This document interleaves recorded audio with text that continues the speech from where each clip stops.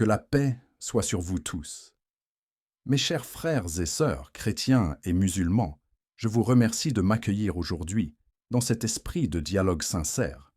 Je me présente. Mon nom est Youssouf Al-Halim. Je suis un homme âgé, prêtre chrétien, depuis de nombreuses décennies, et toute ma vie j'ai cherché la vérité avec sincérité, amour et humilité. J'ai étudié la Bible, j'ai prié, j'ai servi, et aujourd'hui encore, mon cœur demeure ouvert à la réflexion. Cher professeur Dr Zakir Naik, je vous remercie pour votre disponibilité et votre respect. Ma question est simple, directe, et elle rejoint le thème qui nous rassemble aujourd'hui. Je me convertirai si tu me prouves que Jésus, paix sur lui, n'a pas été crucifié. Pouvez-vous, à la lumière du Coran et de votre compréhension de la révélation islamique, me prouver que Jésus n'a pas été crucifié? Au nom d'Allah, le tout miséricordieux, le très miséricordieux.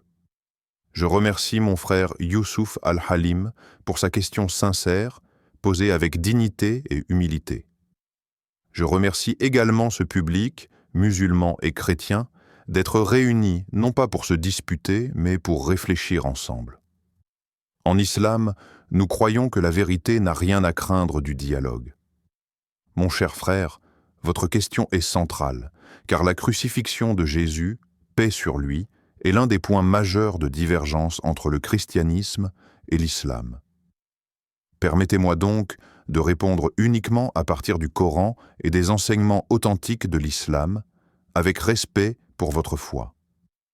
Le Coran parle explicitement de Jésus, que nous appelons Issa ibn Maryam, paix sur lui.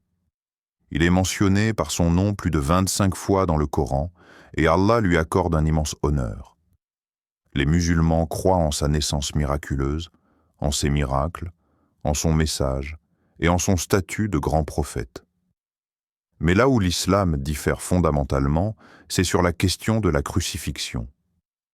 Allah dit clairement dans la sourate An-Nisa, chapitre 4, versets 157 et 158. Et à cause de leurs paroles, nous avons vraiment tué le Messie, Jésus, fils de Marie, le messager d'Allah. Or, ils ne l'ont ni tué ni crucifié, mais ce n'était qu'une apparence pour eux. Ceux qui divergent à ce sujet sont dans le doute, ils n'en ont aucune connaissance certaine, ils ne font que suivre des conjectures, ils ne l'ont certainement pas tué, mais Allah l'a élevé vers lui, et Allah est puissant et sage. Mon cher frère Youssouf, ce verset est d'une clarté absolue. Allah nie explicitement trois choses. Premièrement, ils ne l'ont pas tué. Deuxièmement, ils ne l'ont pas crucifié. Troisièmement, ce qui leur est apparu n'était qu'une ressemblance. Le Coran affirme ensuite qu'Allah a élevé Jésus vers lui. En islam, la parole d'Allah est la vérité absolue, car Allah est Al-Haq, la vérité. Si Allah dit que Jésus n'a pas été crucifié, alors pour le musulman, cette affirmation est définitive. Vous pourriez me dire, mais Dr Zakir, les évangiles parlent de la crucifixion. Mon frère, permettez-moi de dire avec respect que même dans la Bible, il existe des éléments qui poussent à la réflexion. Mais aujourd'hui, je me concentre sur le Coran, comme vous l'avez demandé. Le Coran nous enseigne qu'Allah protège ses prophètes. Allah dit dans la sourate Al-Maïda, chapitre 5, verset 67. « Ô messager, transmets ce qui t'a été révélé de la part de ton Seigneur. Et si tu ne le fais pas, alors tu n'auras pas transmis son message. Et Allah te protégera des gens. » Si Allah protège les prophètes, comment imaginer qu'il laisse l'un de ses plus nobles messagers subir une mort humiliante infligée par ses ennemis, alors qu'il n'avait accompli aucun crime? En islam, Jésus n'était pas venu pour mourir pour les péchés de l'humanité. Le Coran enseigne un principe fondamental de justice divine. Nul ne portera le fardeau d'un autre. Cela est répété à plusieurs reprises, notamment dans la sourate Al-An'am, chapitre 6, verset 164. Chaque âme est responsable de ses propres actes.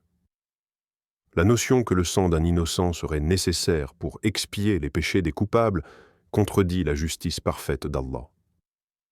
Allah est Ar-Rahman et Ar-Rahim. mais il est aussi Al-Adl, le juste. Il pardonne à qui il veut, sans avoir besoin de sacrifier un prophète. Le Coran explique que ce sont les ennemis de Jésus qui ont cru l'avoir crucifié. Mais ce n'était qu'une apparence pour eux. Les savants musulmans ont expliqué ce verset de différentes manières, mais tous s'accordent sur un point. Jésus n'est pas mort sur la croix. Allah l'a sauvé et élevé. Le prophète Mohammed, paix et bénédiction sur lui, a confirmé cela dans des hadiths authentiques. Dans un hadith rapporté par Al-Bukhari et Muslim, le prophète a dit que Jésus, fils de Marie, reviendra à la fin des temps, qu'il brisera la croix, tuera le faux Messie et établira la justice. Comment pourrait-il revenir s'il était mort définitivement sur la croix? Mon cher frère Youssouf, permettez-moi de vous rappeler que le Coran ne nie pas Jésus, il le défend. Le Coran le protège contre l'accusation d'impuissance. Mourir sur une croix, selon la vision juive et romaine de l'époque, était un signe de malédiction. Or Allah dit dans la sourate Maryam, chapitre 19, qu'il a accordé à Jésus l'honneur, la pureté et la paix. Allah ne maudit pas ses prophètes. L'islam enseigne que Jésus était un serviteur d'Allah. Il mangeait, dormait, priait. Dans la sourate Al-Ma'ida, chapitre 5, verset 75, Allah dit « Le Messie, fils de Marie, n'était qu'un messager. Des messagers sont passés avant lui, et sa mère était une véridique, tous deux consommaient de la nourriture. Celui qui mange et boit dépend de Dieu, il n'est pas Dieu lui-même. » Ainsi, le Coran rétablit Jésus dans sa véritable mission, appelée à l'adoration d'un Dieu unique. Quant à la crucifixion, Allah conclut clairement, Jésus n'a pas été tué, il n'a pas été crucifié, mais Allah l'a élevé vers lui. Cela suffit pour le croyant musulman. Mais au-delà de la foi, cela invite aussi à la réflexion rationnelle. Pourquoi Allah, capable de tout, n'aurait-il pas sauvé son prophète? Pourquoi l'histoire de la crucifixion repose-t-elle sur des récits écrits des décennies plus tard, tandis que le Coran affirme une version divine révélée par le Créateur lui-même? Mon cher frère Youssouf, vous avez dit « Je me convertirai si tu me prouves que Jésus n'a pas été crucifié. » Je vous ai donné la preuve coranique, claire, explicite, sans ambiguïté. La décision vous appartient. L'islam n'impose jamais la foi par la contrainte. Allah dit dans la sourate Al-Baqarah, chapitre 2, verset 256, « Nulle contrainte en religion, la voie droite s'est distinguée de l'égarement. » Avant de conclure, permettez-moi de dire à ce public que notre objectif n'est pas de vaincre, mais d'éclairer. Si ce dialogue vous a fait réfléchir, si vous aimez ces échanges respectueux entre l'islam et le christianisme, je vous invite à vous abonner à cette chaîne, à liker cette vidéo, à la partager autour de vous et à commenter avec les mots « Allah Akbar ». Qu'Allah nous guide tous vers la vérité, nous ouvre les cœurs et nous rapproche dans la paix. Permettez-moi maintenant d'approfondir encore davantage ce sujet, car lorsqu'on parle de la crucifixion de Jésus, paix sur lui, il ne s'agit pas seulement d'un événement historique supposé, mais d'une question qui touche à la nature de Dieu, à sa justice, à sa miséricorde et à la mission même des prophètes.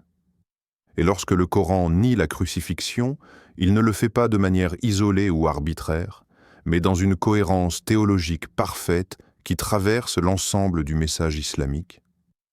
Le Coran nous apprend que tous les prophètes ont prêché le même message fondamental, l'adoration d'un Dieu unique sans associé. Jésus, paix sur lui, n'a jamais fait exception à cette règle. Allah dit dans la sourate Az-Zukhruf, chapitre 43, verset 59, « Il n'était qu'un serviteur à qui nous avions accordé nos bienfaits, et nous avions fait de lui un exemple pour les enfants d'Israël. » Un serviteur honoré?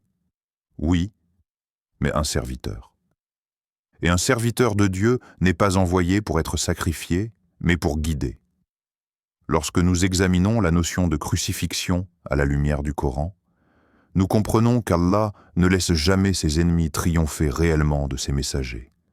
Même lorsqu'un prophète est persécuté, rejeté ou combattu, la victoire finale appartient toujours à la vérité.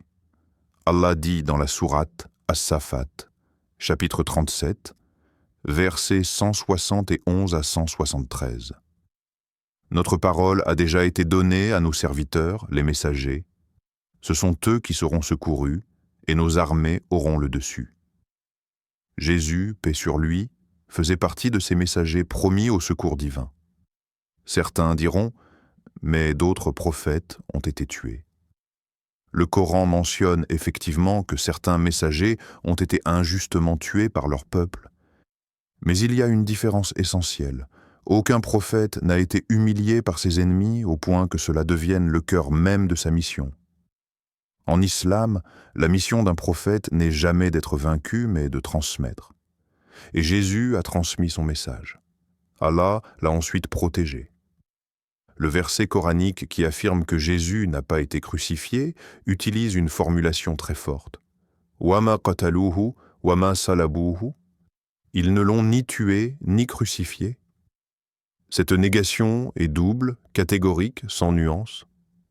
Puis Allah ajoute « Walakin shubbiha lahum » mais cela leur est apparu ainsi. Cette expression montre que la perception humaine peut être trompeuse, que les apparences peuvent masquer la réalité. Combien de fois dans l'histoire les hommes ont-ils cru avoir gagné alors qu'ils étaient dans l'erreur? Le Coran attire souvent l'attention sur les limites de la connaissance humaine. Allah dit dans la sourate Al-Isra, chapitre 17, verset 85. « Et on ne vous a donné que peu de science. Ainsi, même si une majorité de personnes croient en un récit, cela ne le rend pas nécessairement vrai aux yeux de Dieu. La vérité n'est pas déterminée par le nombre, mais par la révélation. En islam, Jésus occupe une place unique. Il est né sans père, par un miracle divin. Allah dit dans la sourate Al-Imran, chapitre 3, verset 59, « Pour Allah, Jésus est comme Adam. Il l'a créé de poussière, puis il lui dit « Sois » et il fut. Si Allah a pu créer Adam sans père ni mère, il a pu créer Jésus sans père. Et de la même manière, si Allah a pu élever Jésus vivant, il a pu le sauver de ses ennemis. Le prophète Muhammad, paix et bénédiction sur lui, nous a transmis des paroles très claires concernant Jésus. Dans un hadith authentique rapporté par Al-Bukhari, il dit « Par celui qui tient mon âme dans sa main, le fils de Marie descendra parmi vous comme un juge équitable. » Cette descente future implique que Jésus est vivant auprès d'Allah. Il n'est donc pas mort sur la croix.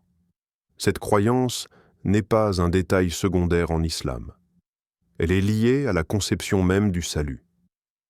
En islam, le salut ne passe pas par la mort d'un homme, fût-il prophète, mais par la soumission sincère à Dieu, par le repentir et par les bonnes actions. Allah dit dans la sourate Az-Zumar, chapitre 39, verset 53, « Ô mes serviteurs qui avez commis des excès à votre propre détriment, ne désespérez pas de la miséricorde d'Allah. Allah pardonne tous les péchés. » Voilà le cœur du message. Le pardon direct de Dieu, sans intermédiaire sacrificiel. La crucifixion, telle qu'elle est comprise dans la théologie chrétienne, pose une question fondamentale. Pourquoi Dieu aurait-il besoin de sang pour pardonner? Le Coran répond implicitement, il n'en a pas besoin. Allah est au-dessus de tout besoin. Il pardonne par sa volonté. La justice divine ne nécessite pas la mort d'un innocent. Revenons à Jésus lui-même, paix sur lui. Le Coran rapporte ses propres paroles au jour du jugement. Dans la sourate Al-Maïda, chapitre 5, versets 116 et 117, Allah dira à Jésus, « Est-ce toi qui as dit aux gens, « Prenez-moi et ma mère comme deux divinités en dehors d'Allah » Jésus répondra, « Gloire à toi. Il ne m'appartient pas de dire ce que je n'ai pas le droit de dire. Je ne leur ai dit que ce que tu m'avais ordonné, adorez Allah, mon Seigneur et votre Seigneur. » Ces paroles montrent clairement que Jésus se désolidarisera de toute interprétation qui le divinise ou qui transforme sa mission en sacrifice expiatoire. Concernant la crucifixion, le Coran montre aussi que ceux qui prétendent l'avoir tué sont dans le doute. Ceux qui divergent à ce sujet sont dans l'incertitude, ils n'en ont aucune connaissance certaine. Cette phrase est capitale. Elle signifie que même parmi ceux qui affirment la crucifixion, il existe des divergences, des contradictions, des zones d'ombre. Le Coran ne s'attaque pas seulement à l'événement, mais à la certitude prétendue autour de cet événement. Allah conclut ensuite « Mais Allah l'a élevé vers lui ». Cette élévation est un honneur suprême. Elle place Jésus parmi les prophètes choisis, protégés, honorés. Ce n'est pas une fuite, c'est une victoire divine. Dans l'histoire de l'humanité, les prophètes ne sont jamais abandonnés par Dieu. Même lorsque les hommes pensent les avoir réduits au silence, Allah élève leur statut.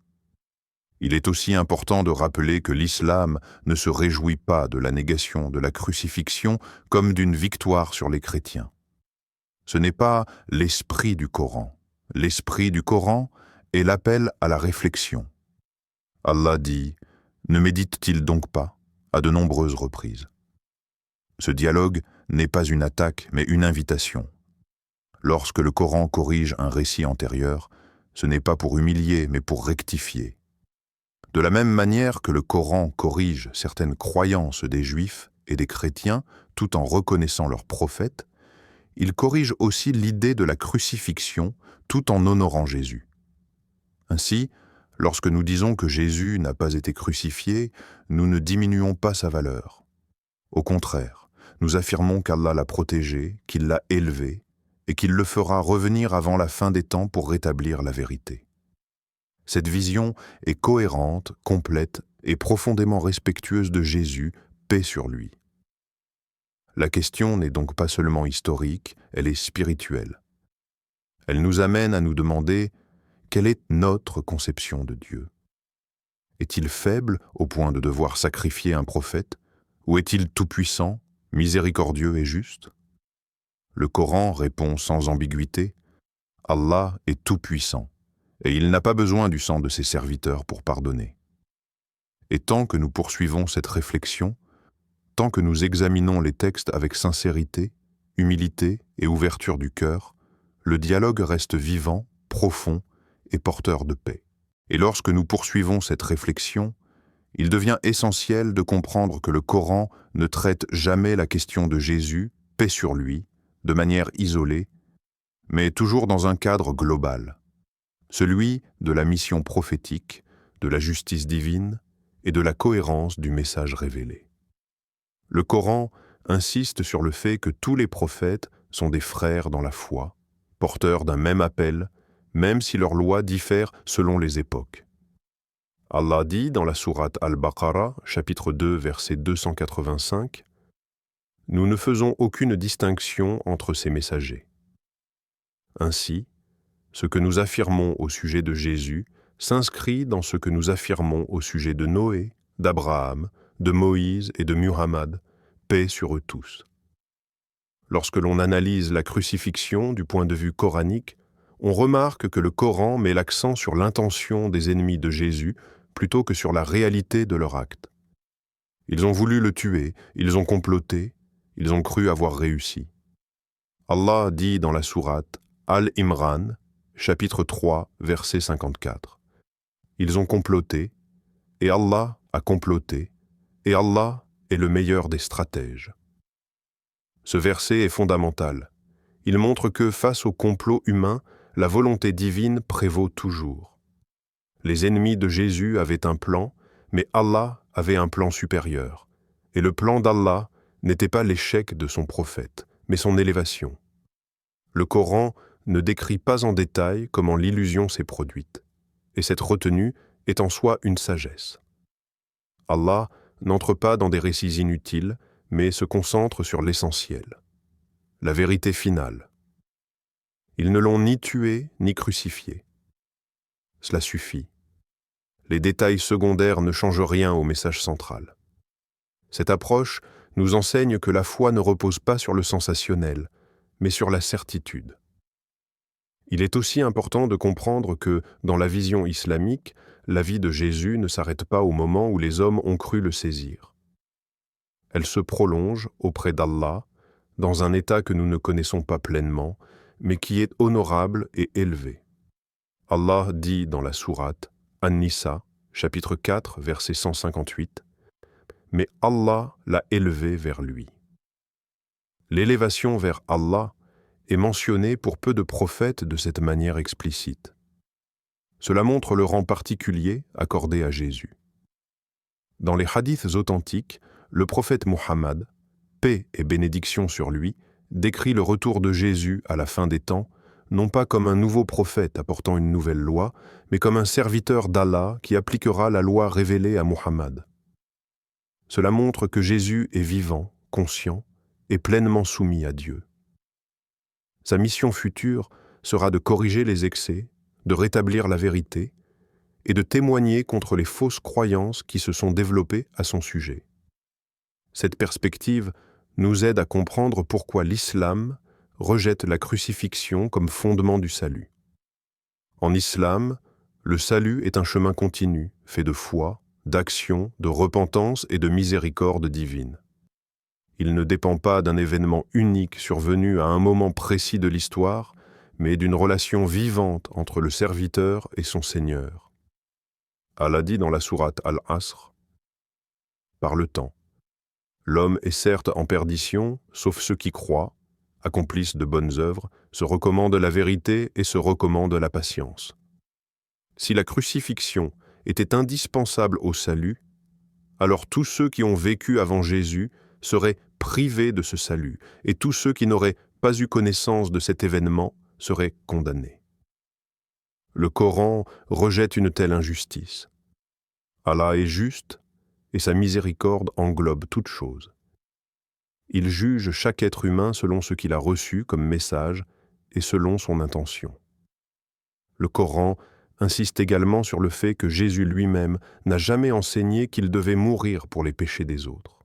Au contraire, il a appelé à l'obéissance à Dieu, à la prière, à la charité et à la piété.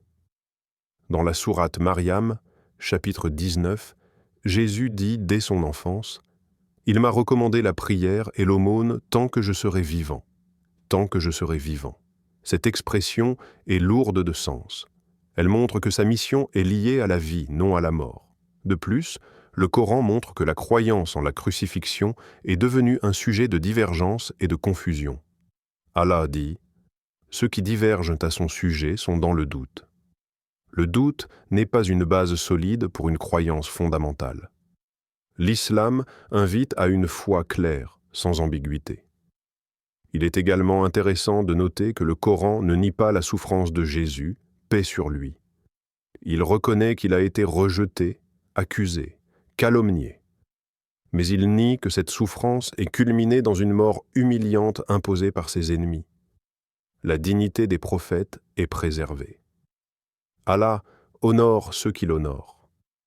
Lorsque nous méditons sur la sagesse divine, nous comprenons que la crucifixion, telle qu'elle est comprise dans le christianisme, pose des questions difficiles sur la responsabilité individuelle.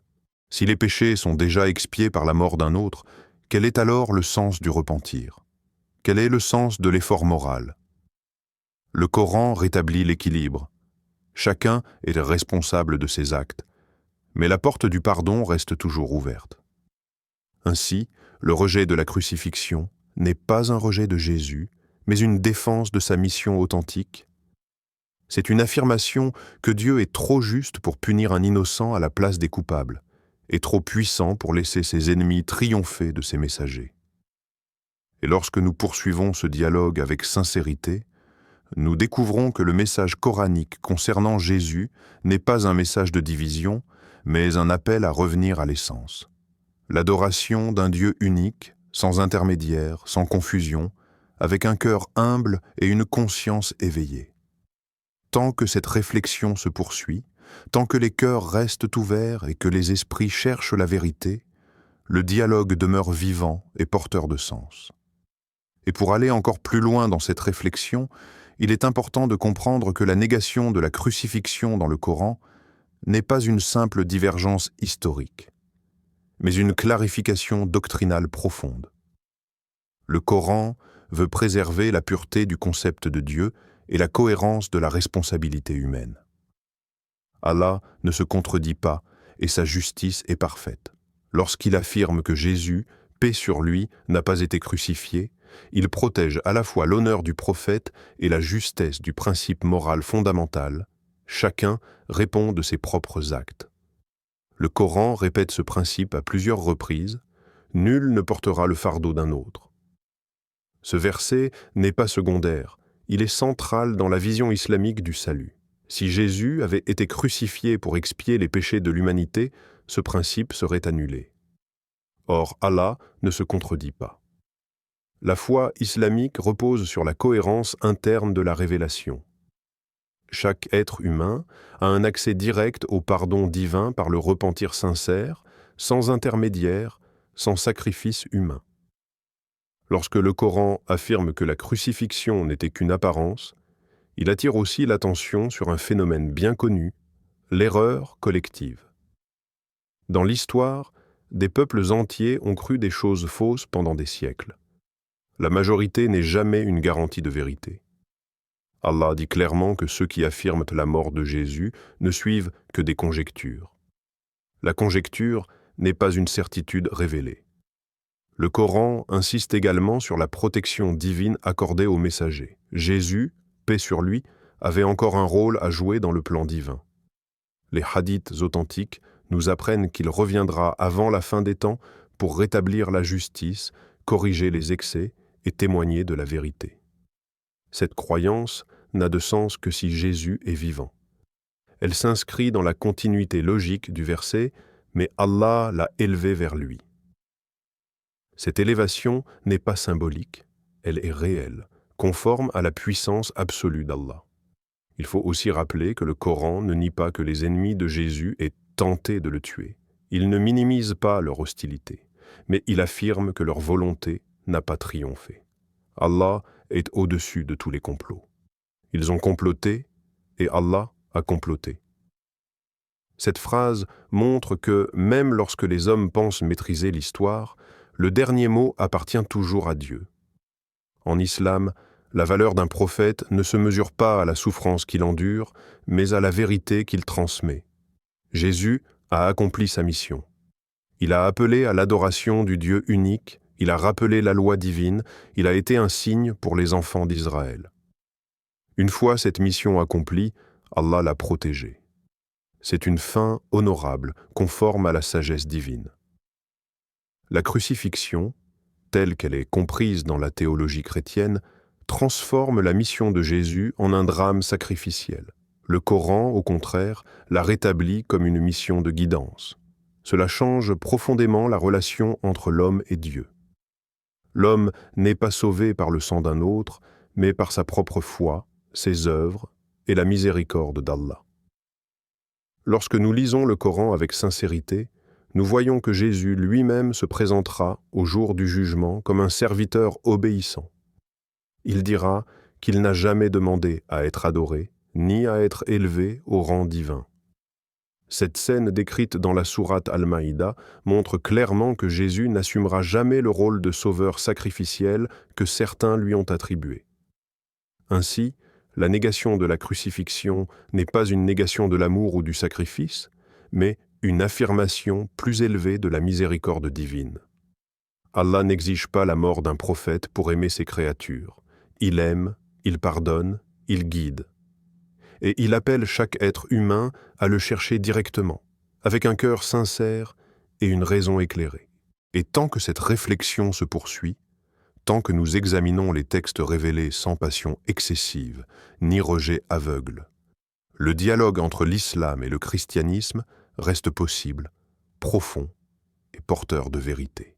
Je vous remercie infiniment, cher professeur Dr Zakir Naik, pour votre patience et la clarté avec laquelle vous avez exposé toutes ces preuves et explications.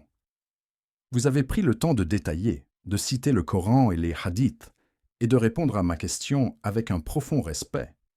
Je me rends compte, après avoir écouté attentivement vos paroles, que la compréhension que vous nous offrez dépasse la simple histoire ou le récit humain de la crucifixion.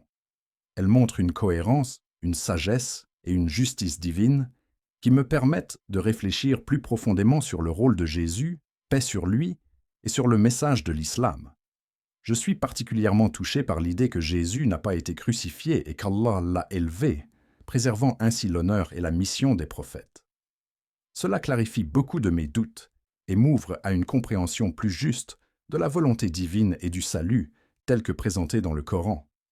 Je tiens à vous dire avec sincérité qu'Allah te bénisse, cher professeur Dr Zakir Naik, pour la patience, la clarté et la sagesse avec lesquelles vous avez répondu à ma question et pour votre engagement à rapprocher les cœurs dans le dialogue entre l'islam et le christianisme. Je remercie également cette audience, chrétiens et musulmans, de leur attention et de leur ouverture d'esprit, car c'est ensemble que nous pouvons réfléchir à ces questions profondes et enrichissantes.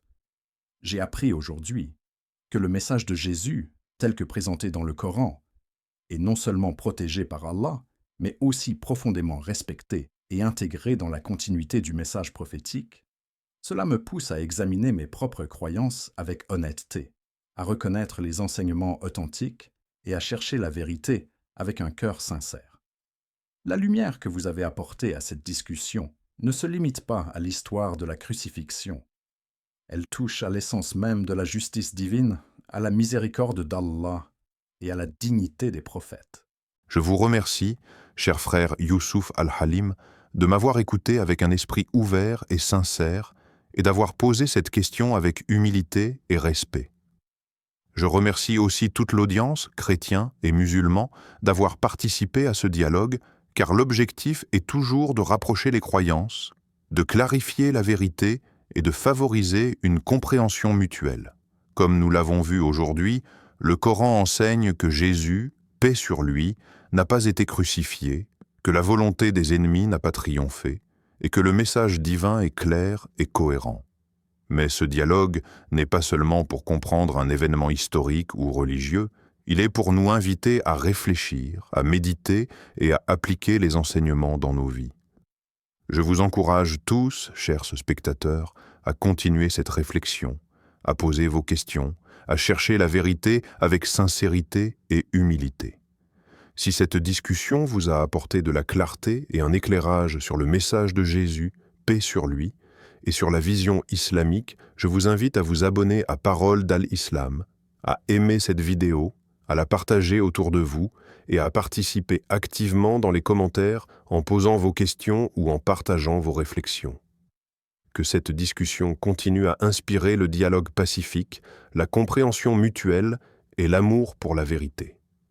Je remercie encore mon frère Youssouf Al-Halim pour sa question, pour sa patience et pour sa sincérité, et je remercie chacun d'entre vous de votre attention et de votre ouverture à apprendre et à réfléchir.